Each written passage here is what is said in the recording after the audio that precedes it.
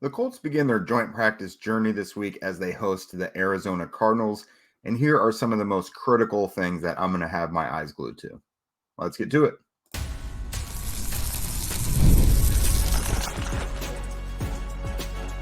You are Locked On Colts, your daily Indianapolis Colts podcast. Part of the Locked On Podcast Network, your team every day.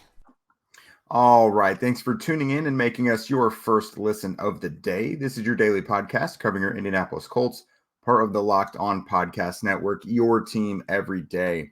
And today's show is brought to you by LinkedIn Jobs, which helps you find the qualified candidates that you want to talk to faster. Just post your job for free at linkedin.com/lockedonnfl.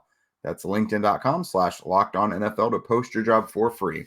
Terms and conditions apply. What is up, everybody? This is Jake Arthur from horseshoehuddle.com, and I'm your resident credentialed media member.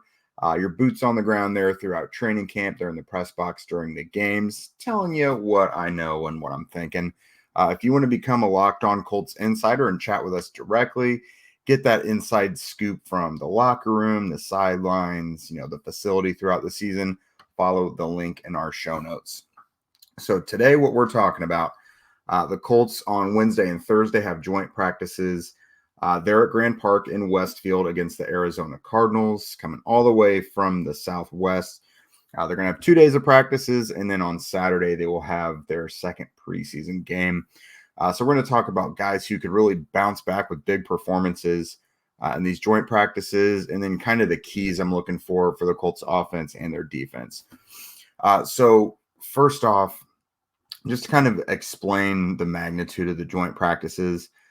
So players, coaches, teams in general take these joint practices much more seriously than preseason games. There's more game planning involved. You can get your significant players more reps. You're not just trying to get guys shuffled through to make sure you can evaluate as many people as possible like you would in a preseason game.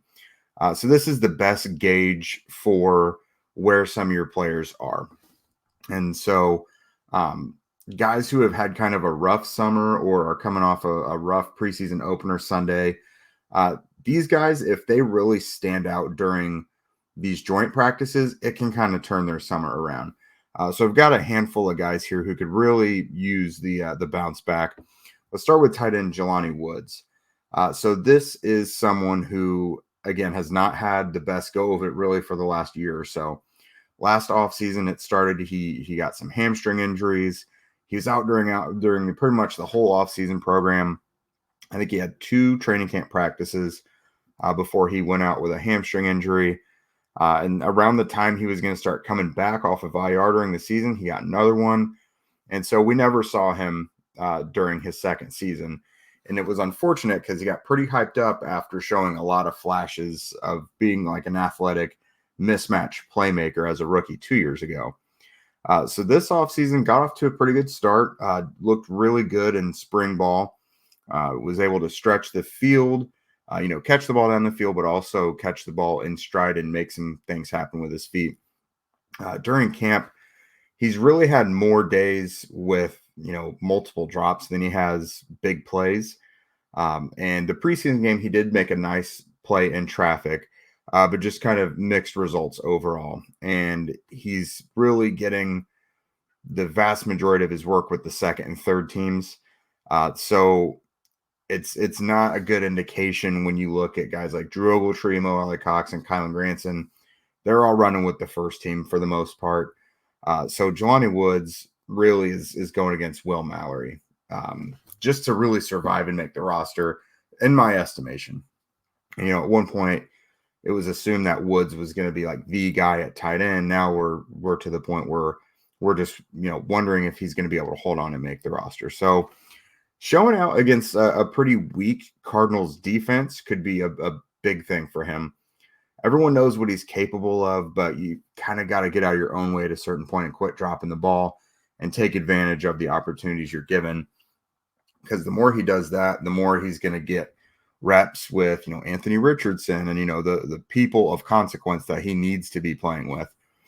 So hopefully a good weekend coming for Woods. Nick Cross, I'll throw Dallas Flowers in here as well. So Cross has had a kind of a mixed summer. He has had some good plays. He made a nice interception one day against Anthony Richardson. But he also has kind of become public enemy number one for Colts fans on the defensive side of the ball, because the coaches just seem to be clinging to him. The Colts aren't making any outside moves. And so without really having a great camp and dominating and really grabbing hold of that free safety spot, he's kind of a point of frustration, it seems. So on Sunday, at first I thought he had made a really heads up play, actually giving up a short passing touchdown. But I asked Gus Bradley about that today, and he said that Cross just simply wasn't out far enough in his coverage. So that's a guy we've seen make big plays before. Last year in the joint practices against the Bears, he had an interception. So Cross can have a big showing against the Cardinals. And, he goes primarily against the first team. So if he has a big week against Kyler Murray, that could go a long way. And then Dallas Flowers, rough game on Sunday. Had a couple defensive pass interference calls, was involved in that short passing touchdown with Nick Cross that gave up the touchdown. So rough go of it for him, especially since the starting outside cornerback race pretty much seems over. It's Jalen Jones' job to lose. Flowers just needs to bounce back in a big way, and he's playing competitive football again, really for the first time since rupturing his Achilles last year. So he has some adjusting to do, but that's a guy who's coming off the worst showing in a year for him. So he needs to bounce back definitely. We'll stay on defense here. Eric Johnson, the defensive tackle. The Colts defensive tackle depth does not really look like a strength right now. Now, part of that is Raekwon Davis has not returned to the field yet. He's got the high blood pressure thing that's kept him on the non-football illness list. Him being out is kind of gumming up the works, it seems. Taven Bryan is having to see a lot more work. It's allowing you to see Adetomi, Adebawore more often. But a guy like Eric Johnson really has not taken advantage. He, of course, didn't last year either when Grover Stewart was out with his suspension. So you really hope, especially like in one-on-ones, if Johnson can show something. It doesn't even have to be during the 11-on-11 reps. But the Colts really need a guy like Johnson to kind of turn it around. Jalen Carlisle. Now, he has missed the last 6 practices and the preseason game. I don't know if he's going to return this week from his hip injury against the Cardinals, but if he does, he can build on the momentum that he had really built up about the first week or so of training camp. He got an interception, which, of course, he got one in the spring as well. So he was starting to make a name for himself as a really solid coverage linebacker. So hopefully, fingers crossed, Carlisle can get back soon, hopefully against the Cardinals in these joint practices. And then we're going to talk about, just real quick, a few offensive players. Tyler Goodson. So the Colts are pretty banged up at running back right now. So it's really going to shine a light on guys like Evan Hull and Tyler Goodson now that Trey Sermon's out, Trent Penix is out. So Goodson, it's not so much that he's been bad. I just think that Evan Hull has received a lot more attention. So if Goodson is really going to make this thing interesting, he could use a strong week here, at least to show the coaches that, hey, I'm still the guy you really liked late last season. I'm still here. I can make some plays, and maybe he wins the RB3 job. We'll see. And then Blake Freeland and Jake Witt. Freeland had a real rough go of it in the preseason game on Sunday. And then Jake Witt has kind of had an off and on summer, spent the first part of training camp having to deal with Laiatu Latu.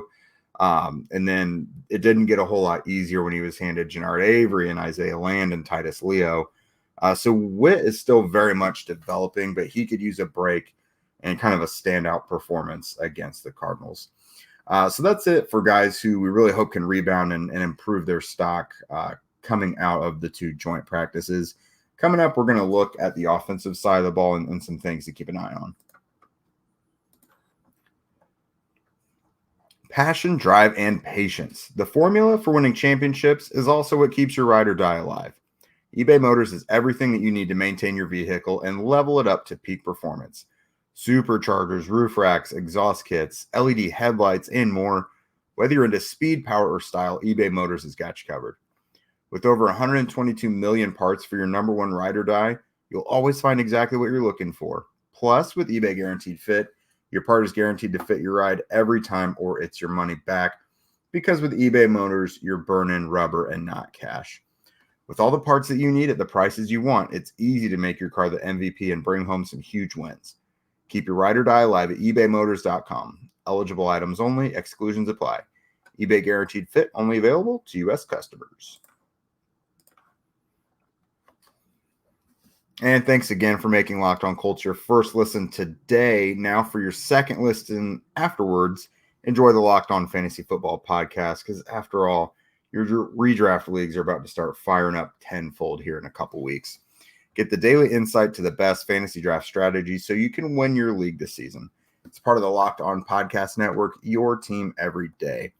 All right, so let's talk Colts offense and what we'd like to see against the Arizona defense this week. So first off, I'm looking at the Colts offense and I'm saying we all know what it's capable of. Like, they got a lot of guys with high ceilings, with playmaking ability. They've got to show that this week because Arizona's defense is not great. So last year they ranked 25th overall in yards per game. They were dead last against the run. They were second to last in points per game. Pro Football Focus kind of trumpeted that. They had them graded as the worst defense in the league by a wide margin. They had a 50.9 grade. I think second worst was 60. So by 10 points, they were considered the worst defense in the league. So the Colts offense has to make them look like it. Now, I will say to their credit, they've done some things to try and build up the offense the defense this offseason, but a lot of it's young guys. I don't know how quickly it's going to take hold. They added Darius Robinson, Max Melton, who we really liked, Elijah Jones, who actually fit the Colts. Dadrian Taylor Demerson was Zach's favorite safety in the draft. A handful of free agents as well. Justin Jones and Bilal Nichols on the inside. Linebacker Mac Wilson, Sean Murphy-Bunting, really experienced corner in free agency. So Arizona is trying. They're trying to get better defensively. But this Colts offense has got to make them look like the crappy defense that they were last year. So how is Anthony Richardson in the offense going to look in an extended look against another team? Because, again, they just got 2 drives on Sunday and mixed reviews. I mean, Anthony was 2 of 4. He had a run in there, and those 2 drives, they punted. They didn't score any points. But this is going to be all day. It's going to be like 2 hours against another team. It's going to be the closest thing to a regular season game that they're going to get to for a month. So, Anthony, how does he work? Obviously, in his development, footwork, and, kind of just the fundamentals, those things. But how quickly does he process what the Cardinals defense is bringing and distribute the ball? Is he going to glom on to just a couple guys? Is it going to be where Michael Pittman Jr. and, A.D. Mitchell catch 100 balls a day? Is going to spread it around and work through his reads? Because Jim Bob Cooter, offensive coordinator, just said today, one thing that really stands out to him about Anthony is kind of his spatial awareness and his ability to see the defense quite literally through his peripheral vision and process where defenders are versus where he can make his reads and how quickly he can get the ball out. So I think Anthony needs to show a bit of that. How do the Colts pass catchers look? Because I think this is a good opportunity for them to exploit a defense that's kind of rough in a lot of spots defensively. I mean, obviously you've got like Budda Baker, but in the middle of the field, there's definitely, I think they could take advantage of the cornerback situation. So you've got this new look with like Michael Pittman Jr. and Alec Pierce on the outside with A.D. Mitchell on the inside. Anthony Gould getting some work there as well. Do we see guys like Kylan Granson and Drew Ogletree and hopefully, like we mentioned, Gelani Woods step up and start making even more plays in the passing game? Pretty confident with the run game. If Anthony Richardson and Jonathan Taylor are back there, I'm never really going to have any concerns about that, because that would be, honestly, on the whole roster, I think that would be the most shocking thing if it didn't work out this year. As you look at the run game and you look at like the defensive front and the pass rush, if those things aren't clicking, things are going terribly, because those should be the two most secure areas of the Colts' whole roster. So how do those pass catchers look? Again, how is A.D. Mitchell adjusting to the slot? Jim Bob Cooter, I'm going to mention again today because we just got done talking to him. He said a lot of times teams with rookie receivers, they try and focus rookie receivers just on one role. Master this role from the X, even just simply as a deep threat. But A.D. Mitchell has been moved around quite a bit, both outside spots. He's been put in the slot. He's gotten most of those looks in the slot since Josh Downs went out. And Jim Bob said they've really been pleased with how well AD is able to pick things up, learn them, and keep it moving. He's adjusted really well. So those are some things really looking forward to the pass game. There's a couple battles as well. RB3, we kind of mentioned Evan Hull versus Tyler Goodson. Again, Arizona gave up the most rushing yards in the league last year. They've added some beef in the middle, but how are things going to look from the Colts perspective? Obviously, it's not going to be a lot of live hitting. Like, there's going to be some, I'm sure, but how does the blocking look? How are guys hitting the hole? I mean, we know how it's going to look with Jonathan Taylor, but are Evan Hull and Tyler Goodson going to take advantage of that? They've got Demetric Felton in there now, who kind of took Trent Penix's spot. So just look for guys to take advantage of what is hopefully good blocking from the Colts up front. Offensive tackle 3 as well. Blake Freeland coming off that really rough showing on Sunday. But Matt Gonzalez, that is a guy who has turned some heads. He had a good showing on Sunday. So 2 guys vying for the same role that are kind of going in 2 different directions. Freeland, he's got more experience. He's older, but Gonzalez is looking a little better. So, keep an eye on that, especially against like Darius Robinson. I don't care how good he is as a player yet, but when it comes to like one-on-one reps, I think a guy like that is going to offer fits to really any blocker who's going against him. He showed that at the Senior Bowl. He was one of the most dominant defensive linemen there in those one-on-one reps. But he's kind of reminiscent of Danico Autry, where he's got really strong grip, long arms, really powerful upper body, and his mixture of length and strength just really causes issues. So how's that going to look against the Colts blockers? I think like Robinson versus Gonzalez and Freeland, I guess you could say, will be really good one-on-one reps for us to check out. So coming up next, let's tie this thing on. Let's look at the Colts defense. When you're hiring for your small business, you want to find quality professionals who are right for the role. And that's why you have to check out LinkedIn Jobs, which has the tools to help find the right professionals for your team faster and for free.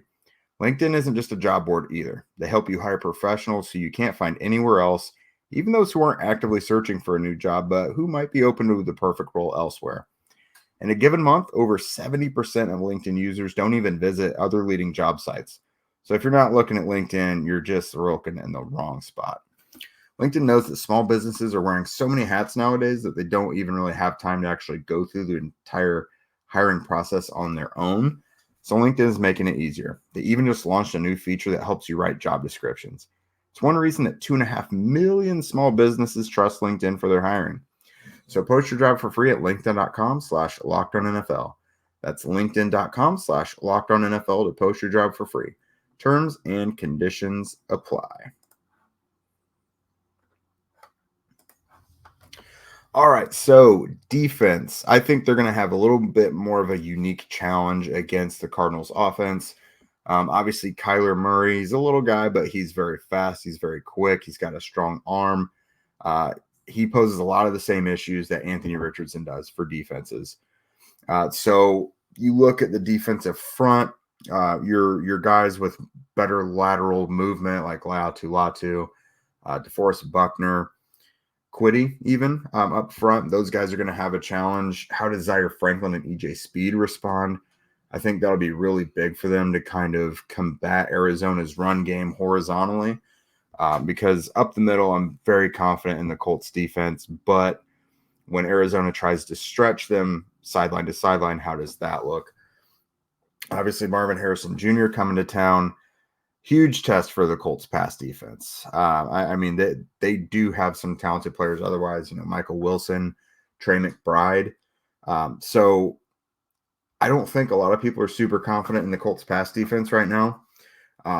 Juju Brents had to miss Friday's game. He missed Friday's practice, Sunday's game with a little bit of a shoulder issue. It was mostly rest, but if he had to play an actual regular season game, he would have been out there.